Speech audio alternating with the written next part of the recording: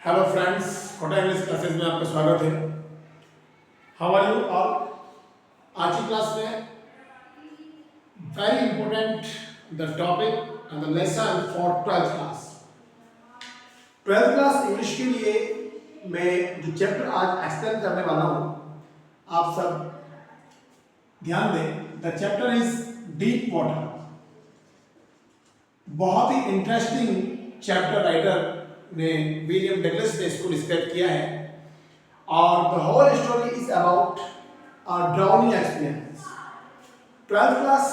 Board exam है, हम सभी जानते हैं, और बोर्ड एग्जाम में ये लेसन और इसके जैसे कई सारे ऐसे लेसन हैं जो आपको किसी न किसी थीम पर बेस्ट किए हुए हैं।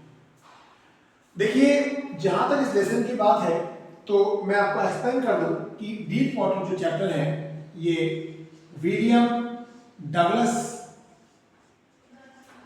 के द्वारा नरेट किया गया है और यहाँ पर हमें बेसिक थिंग ड्राउनिंग एक्सपीरियंस के बारे में बताया जा रहा है। अब क्वेश्चन ये होता है कि इस चैप्टर के अंदर जो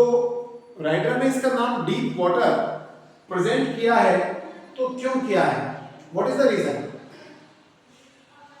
देखिए, विलियम डगलस आपको अपनी स्वयं की उसके जीवन में जो ड्राउनिंग एक्सपीरियंस हुआ है, जो डूबने की घटना हुई है, वो इस चैप्टर के माध्यम से आपको बताना है। और सबसे इंटरेस्टिंग बात यह है कि विलियम डगलस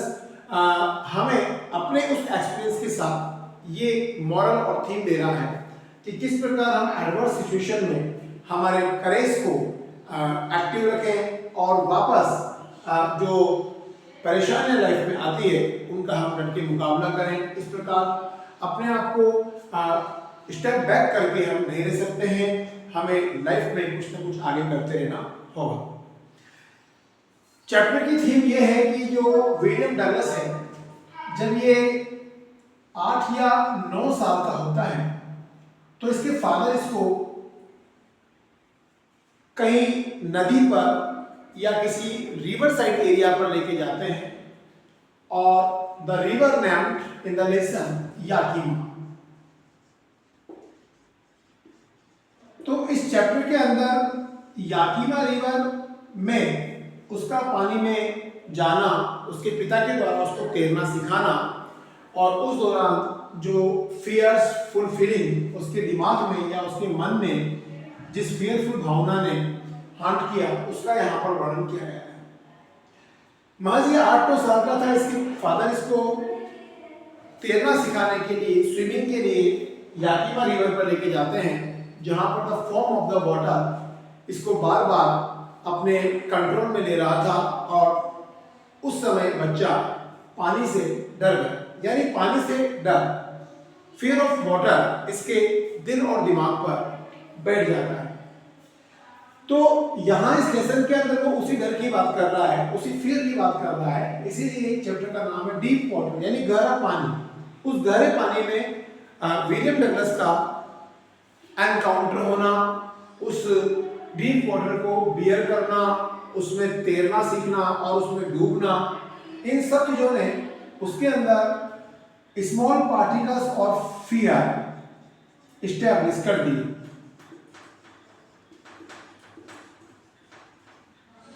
नाउ सेकेंडली, जब ये लड़का बड़ा होता है तो जनरली उस समय फैशन में एक रिवर थी, याकीमा रिवर, जो कि बारिश के दिनों में काफी उफान पे हुआ करती थी और and the river is very treacherous. Generally इसकी मदर विलियम डगलस को जनरली पानी में जाने के लिए मना करती थी और कहा करती थी कि जो याकीमा रिवर है वहां पर कई सारे ड्राउनिंग एपिसोड हो चुके हैं, कई सारे लोग पानी में डूब गए हैं, इसलिए बार बार एक मदर अपने बच्चे को पानी में जाने के लिए मना करती रहती। आफ्टर दैट ये जो लड़का है विलियम डगलस, ये थोड़ा बड़ा होता है तो अपने पानी के फियर को मिटाने के लिए ये कुछ सोचता है और एक तरह से इसके दिमाग में आ जाता है कि मैं YMCA स्विमिंग पूल पे जाकर स्विमिंग करूंगा, वहां से मैं सीखूंगा। बट एपिसोड क्या होता है दोस्तों कि जब ये YMCA पूल पे जाता है तो अपने आप को बिल्कुल रेडी करके वहां पर उस पूल के साइड में किनारे पर बैठ जाता है एंड इंटरेस्टिंग बात यह है that a guy come there और इसको लाइक अ कॉक वहां से उठाकर पानी में फेंक देता है। बच्चा क्योंकि अभी तक तैरना नहीं जानता है, उसको तैरने की इच्छा है, स्विमिंग करने की इच्छा उसके मन में है, लेकिन वो तैरना नहीं जानता, इसलिए स्विमिंग पूल के किनारे बैठ जाता है। पर एक लड़का आता है कहीं से और इसको एक कॉक की तरह पानी में गिरा देता है। Just let me know the thing, जो स्विमिंग पूल है उसकी हाइट है 9 फीट।